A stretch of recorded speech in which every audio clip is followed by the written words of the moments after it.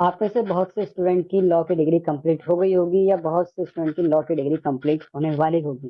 तो कुछ स्टूडेंट ऐसे होंगे जो ये लोग जानना चाहते होंगे कि एज ए एडवोकेट वो कैसे बार काउंसिल में अपना रजिस्ट्रेशन कर सकते हैं, क्योंकि बार काउंसिल में रजिस्ट्रेशन करने के बाद ही आप जो अगला प्रोसेस होता है सर्टिफिकेट प्राप्त करने का, वो आप कंप्लीट कर पाते हैं। उसके बाद जब आपको सर्टिफिकेट मिल जाता है तो आप एआईबी के लिए एलिजिबल होते हैं, देन आप परमानेंट एक एडवोकेट बन जाते हैं।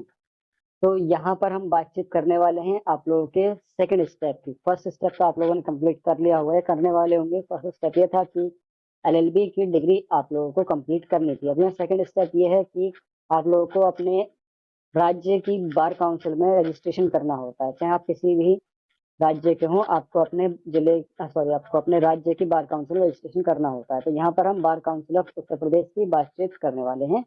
बार काउंसिल ऑफ उत्तर प्रदेश में रजिस्ट्रेशन के लिए आप लोगों के पास दो ऑप्शन है। या तो आप वेबसाइट से डाउनलोड कर लो रजिस्ट्रेशन का फॉर्म, या फिर आप अपने जिले की बार काउंसिल में जाओ, जिस भी जिले में आप रहते हैं, जहां पर भी आपको प्रैक्टिस करनी है वहां पर जाओ। वहां से 10 रुपए का फॉर्म बार काउंसिल के ऑफिस से मिल जाता है। अगर आप वेबसाइट से डाउनलोड करना चाहते हैं तो प्रिंट रजिस्ट्रेशन फॉर्म का ये ऑप्शन है, यहाँ पर आप क्लिक करेंगे तो ये आपका फॉर्म यहाँ पर डाउनलोड हो जाएगा। इस फॉर्म के बारे में मैं आप लोगों को पूरी डिटेल देने वाला हूँ कि क्या आपको डॉक्यूमेंट लगेंगे इसमें, क्या आप फीस पे करने वाले हैं, कितने रुपए का डिमांड ड्राफ्ट बनेगा, कितने रुपए के स्टाम्प पेपर यहाँ पर जाएंगे, फोटो कितने लगने वाले हैं, क्या साइज उनका होना चाहिए, सारी डिटेल मैं यहाँ आप लोगों को क्लियर करने वाला हूँ। फर्स्ट जो आप लोगों का यहाँ पर ये देख सकते हैं, फर्स्ट पेज है। ये टोटल 20 पेज का फॉर्म होता है, ठीक है। और इसमें फर्स्ट पेज है। इसमें फर्स्ट पेज में आप लोगों को कुछ नहीं करना है, यहाँ पर सिर्फ अपना फोटो पेस्ट करना है। देखो फोटो कैसा होना चाहिए, जैसे ये स्क्रीन पर आ रहा है ऐसा ही आपका फोटो होना चाहिए। ब्लैक कोट होना चाहिए, व्हाइट शर्ट और ब्लैक टाई यहाँ पर होनी चाहिए आपकी, ठीक है। उसको आपको अटेस्ट कराना है। अटेस्ट कराने के लिए आपका कोई भी 10 साल से पुराने जो एडवोकेट होते हैं जो प्रैक्टिस कर रहे हो 10 साल पुराने, या फिर आप डिस्ट्रिक्ट जज से भी इसको करवा सकते हैं, ठीक है। फर्स्ट क्लास मजिस्ट्रेट से भी आप वेरीफाई करवा सकते हैं, या जो आपके एडवोकेट होंगे जो 10 साल पुरानी एडवोकेसी कर रहे होंगे उनसे भी आप वेरीफाई करवा सकते हैं, ठीक।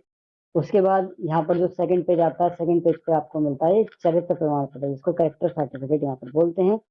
यहाँ पर सारी डिटेल आप लोगों को फिल करनी है। इसको भी यहाँ पर आप देख सकते हैं कि an advocate on the roll of BCOP for more than 10 year. 10 साल से जो पुराने एडवोकेट हैं जो प्रैक्टिस कर रहे हैं उन लोगों से इसको आपको यहाँ पर वेरीफाई करवाना है, ठीक है। वो कर देंगे जो भी करते होंगे। मतलब बार काउंसिल में जब आप जाएंगे अपने जिले की, तो वहां पर सारे लोग आपको मिल जाएंगे, वहां से ही आपको सारी इंस्ट्रक्शन मिल जाएगी, वहां से आप करवा सकते हैं, ठीक है।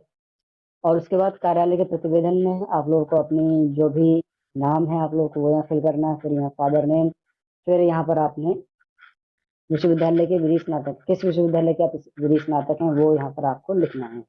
उसके बाद यहाँ पर आप लोगों को कुछ नहीं करना है, ये छोड़ देना है पूरा। Catalogue for bar council of Uttar Pradesh, यहाँ से आपका फॉर्म शुरू होता है।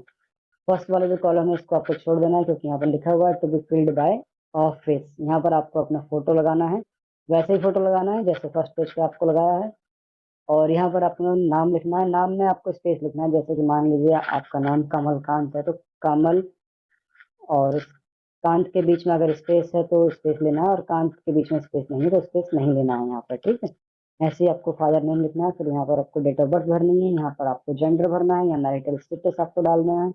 यहाँ पर आपकी कैटेगरी क्या है, SC ST OBC जनरल। अगर आप SC ST OBC के हैं तो आपको अपना कास्ट सर्टिफिकेट भी इस फॉर्म में यहाँ पर आपको लगाना है। उसके बाद रेजिडेंशियल एड्रेस आप लोगों को यहाँ पर डालना है, परमानेंट और लोकल दोनों ही टाइप का एड्रेस आपको डालना है। और प्लेस ऑफ प्रैक्टिस, किस डिस्ट्रिक्ट में आप अपनी प्रैक्टिस करना चाहते हैं वो यहाँ पर आपको लिखनी है। फिर यहाँ पर सबऑर्डिनेट कोर्ट्स लिखनी है। तहसील क्या है आपकी वो भी यहाँ पर लिख देनी है आपको। उसके बाद यहाँ पर आप लोगों को अपनी डिटेल फिल करनी है। बहुत सारे लोगों ने LLB से पहले कई सारी डिग्री कर रखी होंगी, लेकिन उन सभी डिग्री से कोई मतलब नहीं। यहाँ पर जितनी भी डिग्री इन्होंने मांगी है, जितने भी सर्टिफिकेट्स यहाँ पर मांगे हैं, सिर्फ वही आपको देने हैं। जैसे यहाँ पर हाई स्कूल मांगा है, फिर इंटर, फिर BA BSc BCom जो भी आपने किया हो, उसके बाद LLB की डिग्री। LLB के बाद अगर आपने कुछ किया है तो उसकी डिग्री भी यहाँ पर आपको बतानी होगी, क्या किया है आपने, सारी डिटेल आपको यहाँ पर देनी होगी। उसके बाद जो आपका 13 नंबर कॉलम है वो ये है कि क्या आप किसी प्रोफेशन में थे, आप सर्विस कर रहे थे, बिजनेस कर रहे हैं या फिर ट्रेड कर रहे हैं, तो उसकी इन्फॉर्मेशन भी यहाँ पर आपको देनी होगी। अगर आप सर्विस कर रहे हैं, बिजनेस कर रहे हैं और ट्रेड कर रहे हैं, तो आप बार काउंसिल में रजिस्ट्रेशन होने के लिए एलिजिबल नहीं है। आपको वहां से रेजिग्नेशन देना होगा और उस रेजिग्नेशन की यहाँ पर आपको डिटेल फिल करनी होगी। ठीक है, जो भी आप कर रहे थे, सर्विस थे, बिजनेस था या ट्रेड था, जो भी आपका। उसके बाद यहाँ पर आपको सिग्नेचर कर देना है। फिर यहाँ पर फॉर ऑफिस यूज ओनली, इसको आपको छोड़ देना है। ये एक घोषणा पत्र है जो आपको 10 रुपए के स्टाम्प पेपर पर एज इट इज छपवाना है। इसको आपको जो भी आपके टाइपिस्ट होंगे उसके पास ले जाना, वो एज इट इज इसको छाप देंगे। ठीक है, इसमें सारी डिटेल आपको लिखी हुई हैं और यहाँ पर नीचे आपको लिखना है कि मैं स्थानानी के आप कहाँ पर प्रैक्टिस करना चाहते हैं, वो सब डिटेल आपको यहाँ पर देनी है। अपना नाम डालना है और साइन कर देने हैं यहाँ पर। उसके बाद जो अगला स्टेप है आपका 6th पेज पर, वो ये है। यहाँ पर आपको फिर से अपना नाम, अपने फादर नेम और अपना एड्रेस वगैरह यहाँ पर सब आपको फिल करना है। यहाँ पर आपको अपना इंग्लिश में और हिंदी में दोनों में अपना नाम लिखना है। नाम वगैरह आपको ठीक ठाक लिखना है, कहीं भी कोई मिस्टेक नहीं करनी है, क्योंकि जो आपका आईडी कार्ड आएगा उसमें भी यहीं से आपका नाम वगैरह सब लिया जाएगा। बात करते हैं आपकी फीस की, कि डिमांड ड्राफ्ट आपका कितने का बनने वाला है। तो डिमांड ड्राफ्ट के लिए आपको बैंक जाना है और बैंक से आपको बार काउंसिल ऑफ उत्तर प्रदेश इलाहाबाद के नाम में एक डिमांड ड्राफ्ट बनवाना है। अब डिमांड ड्राफ्ट बनवाने का देखो कई सारी कैटेगरी हैं। अगर आप सिर्फ जर्नल कैटेगरी में हैं, ठीक है, जर्नल में हैं और आपकी जो एज है वो 38 से कम है, तो 16,665 रुपए का आपका डिमांड ड्राफ्ट बनेगा। और अगर आप 38 से 45 के बीच में हैं तो 21,665 का बनेगा। और अगर आप 45 से 50 की एज के बीच में हैं तो आप 18,665 रुपए का बनाएंगे। और अगर आप गवर्नमेंट एम्प्लॉय हैं या रिटायर्ड हैं या एक्स एम्प्लॉय हैं और अबव 50 हैं, तो आपको 28,665 रुपए का डिमांड ड्राफ्ट बनवाना होगा। अब बात करते हैं SC एंड ST की। यहाँ पर OBC भी मेंशन हो जाते हैं, ठीक है, जनरल में OBC भी आ ही जाते हैं। यहाँ पर सिर्फ SC और ST की बात हो रही है। SC ST की अगर आप बिलो 38 हैं, यानी कि 38 से कम की एज है, तो 13,540 रुपए का बनेगा। और अगर आप 38 से 45 के बीच में हैं तो 18,540 रुपए का बनेगा। और अगर आप 38 से 45 से 50 के बीच में हैं तो 15,540। अगर आप रिटायर हैं और 50 साल से ऊपर के हैं तो 25,540 रुपए का यहाँ पर आपको डिमांड ड्राफ्ट बनवाना होगा। कुछ नियम चेंज हो गए हैं। वो नियम ये हैं कि अगर आपके जो LLB की डिग्री है वो 5 साल से ज़्यादा की हो चुकी है तो आपको 10,000 रुपये एक्स्ट्रा पे करने पड़ेंगे। और अगर आपने 10 साल से ज़्यादा डिले कर दिया तो आपको 20,000 रुपये एक्स्ट्रा यहाँ पर पे करने पड़ेंगे। SC और ST के अगर आप स्टूडेंट हैं तो आपको यहाँ पर अपना कास्ट सर्टिफिकेट लगाना होगा, जैसे मैंने आपको अभी बताया था। फिर यहाँ पर वापस से ये फॉर्म आ जाता है। यहाँ पर आपको अपना नेम और father name, residential address, permanent address आपको सब यहाँ पर फिल करना है। लोकल एड्रेस भी यहाँ पर आपको फिल करना है। हर एक कॉलम के बीच में आपको अपना स्पेस जरूर लेना है, ठीक है। जैसे आपने मुरादाबाद लिख दिया, मुरादाबाद के बाद अगर आपको उत्तर प्रदेश लिखना है तो उत्तर प्रदेश और मुरादाबाद के बीच में एक कॉलम छूट जाना चाहिए।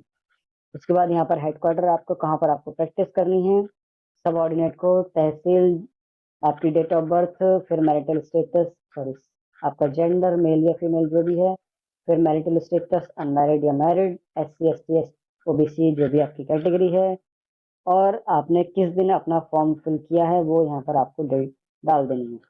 कोशिश करें व्हाइट में कम से कम यूज करना पड़े। उसके बाद ये आपको यहाँ पर अपना एड्रेस क्लियर फिल करना है, नाम, फादर नेम, एड्रेस जो आप जहाँ भी आप रहते हैं। उसके बाद अपना मोबाइल नंबर और पिन कोड यहाँ पर आपको क्लियर डालना है, क्योंकि इसी पर आप लोगों का जो भी सर्टिफिकेट है वो भी यहाँ पर भेजा जाएगा। उसके बाद यहाँ जाना है, ये है आपका आईडी कार्ड वाला फॉर्म, जहाँ से आपका आईडी कार्ड बनेगा। तो यहाँ पर आपको सारी डिटेल फिल करनी है और सभी क्लियर डिटेल हो। फोटो आपको याद रखना है कि ब्लैक कोट और वाइट शर्ट और ब्लैक टाई होनी चाहिए, ठीक है। फोटो क्लियर होना चाहिए, यहाँ पर आपको साफ दिखाई देना चाहिए फोटो वो। ऐसे यहाँ पर आपको हिंदी में सारी डिटेल फिल करनी है, देन यहाँ पर आपको इंग्लिश में सारी डिटेल फिल कर देनी है। ऑफर ऑफिस यूज में यहाँ पर आपको कुछ नहीं फिल करना है, तो आपको छोड़ देना है। और फिर ये एड्रेस है, जो आपको अपने जो एनवलप है उसके फर्स्ट पेज जो फ्रंट पेपर है उस पर आपको लगा देना है, क्योंकि यहीं पर आप लोगों का ये जाएगा। चाहे तो आप हाथ से लिख सकते हैं, चाहे तो आप इसी को कट करके भी अंदर लगा सकते हैं। उसके बाद यहाँ पर ये आपका जो सेट मैंने एफिडेविट बताया आपको 10 रुपए का, जो छपेगा वो यहाँ पर ये दिया हुआ है इन्होंने। एज इट इज वैसे का वैसे ही छाप देना है जैसे कि यहाँ पर ये लिखे हुए हैं। जैसे टाइपिस्ट के पास आप जाएंगे किसी भी कोर्ट कचहरी के, तो वहाँ पर ये ऑलरेडी आपको मिल जाएंगे, वहां से आप देख सकते हैं। इसके साथ में एक 500 रुपए का स्टैम्प पेपर और जाता है, जो यहाँ पर आप देख सकते हैं ये लिखा हुआ है। 500 रुपए का ब्लैंक स्टैम्प पेपर ये लोग मांगते हैं, और उस ब्लैंक स्टैम्प पेपर को वापस कर देते हैं। पता नहीं क्यों लिया जाता है, समझ में नहीं आता, लेकिन ये मांगते हैं और उसको वापस कर देते हैं फिर। उसके बाद यहाँ पर ये सब डिटेल आपको लिखी हुई है। आवेदन पत्र भरने हेतु आवश्यक निर्देश, ये सब आपको खुद से पढ़ लेने हैं। 2 सेट आपको फॉर्म के बनवाने हैं, ठीक है। और आपका जो एनवलप होना चाहिए वो A4 साइज का होना चाहिए, उसको 43 रुपए के डाक टिकट लगे होने चाहिए। ये सब आपको चीजें भेजनी होती हैं बार काउंसिल ऑफ उत्तर प्रदेश में, जो एड्रेस मैंने आपको बताया। एक और चीज आप याद रखें कि यहाँ पर जो आपका डिमांड ड्राफ्ट बनना है, इसको आपको थोड़ा ध्यान रखना है कि पहली बात तो ये ऑनलाइन कहीं से नहीं होता, नेफ्ट आरटीजीएस कुछ नहीं होगा, आपको डिमांड ड्राफ्ट ही बनवाना पड़ेगा। और डिमांड ड्राफ्ट के लिए सारी जो फीस का कैटेगरी है इसको आपको ध्यान रखकर ही बनवाना है, वरना वो फॉर्म आपका वापस कर देते हैं। वैसे जो ये फॉर्म की पूरी प्रोसेस होती है उसके भर के वहां पर पहुंचने की, फिर वहां पर सर्टिफिकेट आने की 2.5 से 3 महीने की रहती है। इतने में ही आप लोगों का जो सर्टिफिकेट है वो बन के तैयार होके आ जाता है। अगर आपका नहीं आता है तो आप अपने डिस्ट्रिक्ट के बार काउंसिल में पता कीजिए, वहां से वो प्रयागराज में फोन करेंगे, ठीक है, इलाहाबाद में फोन करेंगे, या फिर आप डायरेक्ट वहां जाकर भी बातचीत कर सकते हैं। इसमें कोई हेजिटेशन वाली बात नहीं है। जब आप ये कंप्लीट कर लेंगे तो आपको ये जो सर्टिफिकेट आता है वो 2 साल का आता है, ठीक है।